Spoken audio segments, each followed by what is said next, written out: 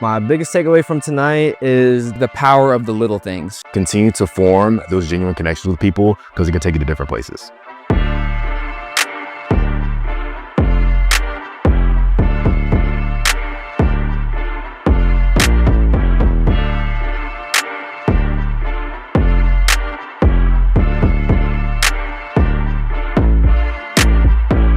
There's something powerful about writing something down. So seeing what my life will look like 5 to 10 years from now. It's the keys to success. Getting a job is increasingly hard. This is the kind of information that puts you ahead compared to all of your other competitors.